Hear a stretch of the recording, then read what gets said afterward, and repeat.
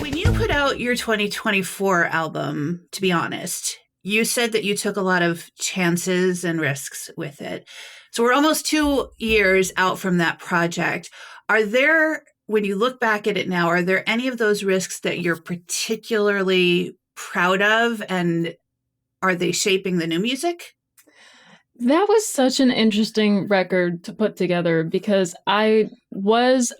in my mind, I had this like very clear vision and I really stuck to it. And I'm so proud of all of the music on that album. And I do feel like I pushed the boundaries a little bit more like pop, kind of like 80s synth. There was like some cool stuff going on in there. And this new music that I've been working on, I really feel like is a combination of that, but then also like some of the first few songs that I ever released. Like I feel like it's a mix of those two. Really kind of getting back to my roots and just writing, what feels natural. I feel like sometimes if I get too in my head about like what is the direction, I kind of lose track of like, okay, but obviously, if my mind and my creativity is taking me a different direction than what I set out to do, then I need to kind of follow that. And that's kind of where I've just changed my vision a little bit with this new music. So your most recent release came out in December. I love this song, Don't Ruin Flowers. Thank you. A breakup can ruin songs and restaurants and TV shows and hometowns. We've heard songs about all of these things. Has somebody actually ruined a Kenny Chesney song for you? Who is it? We would just want to talk. I cannot name names, but yeah. We just want to talk to him. We just want to know. No, I mean, kind of yes, but no. We won't give him that credit. All right, fine. Well, let's talk about the song though. How did you come up with that? So this one was actually really interesting. I wrote it with Lydia Sutherland and Ryan Cohn, and Lydia had texted me like, hey, our third for this Friday, like can't come anymore. Are you free? And I was like, yeah, of course. And so I showed up and we were actually writing a different song at the beginning of the session. And I don't even remember what it was called. But there came a point where we were like, we kind of like were writing in circles. And we were just like, oh man, we can't figure it out.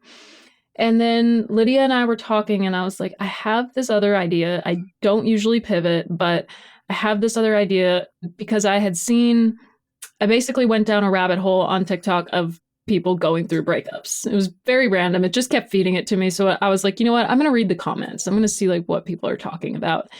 And this one girl was like, yeah, why do you guys feel the need to buy us flowers? Like, when they need to apologize. It literally ruins flowers for me. It's just a constant reminder sitting there, like reminding me that they did something wrong.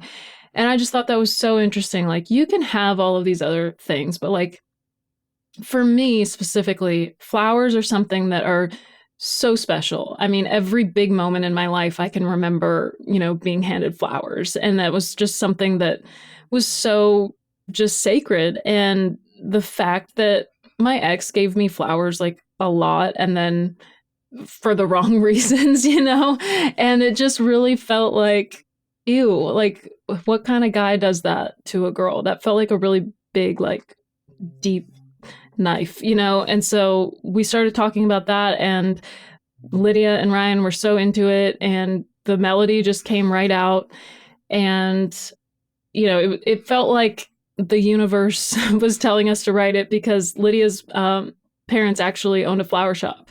And so she was like, this is so perfect. We need to write about this. I love flowers so much. So just kind of all came together in this really weird way. And I'm just so grateful that it happened. I love that perspective because back when I was still married, I was working over on Music Row and my boss came into the office it was Friday afternoon. It was right after lunch and he had roses.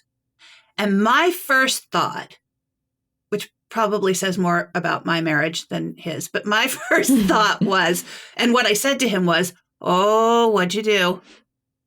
And he was like, I buy my wife flowers every Friday. And I was like, oh, flowers are a good thing. Oh, like, so that perspective, like you don't even think about this perception that the only reason men would buy you flowers is if they've done something wrong. Yeah. I mean, and that's just we shouldn't stand for that kind of stuff, So I think I've had a lot of people responding being like, oh my gosh, I feel this exact same way, and it's just, yeah, I watched this whole thing. Side note, another thing on TikTok, just this girl was like telling this whole story about how all she wanted for Valentine's Day was flowers, and like how hard is it to like, it doesn't have to be, a $200 bouquet. It can be a daisy, it can be one singular flower. It's what it means and what it means to women specifically.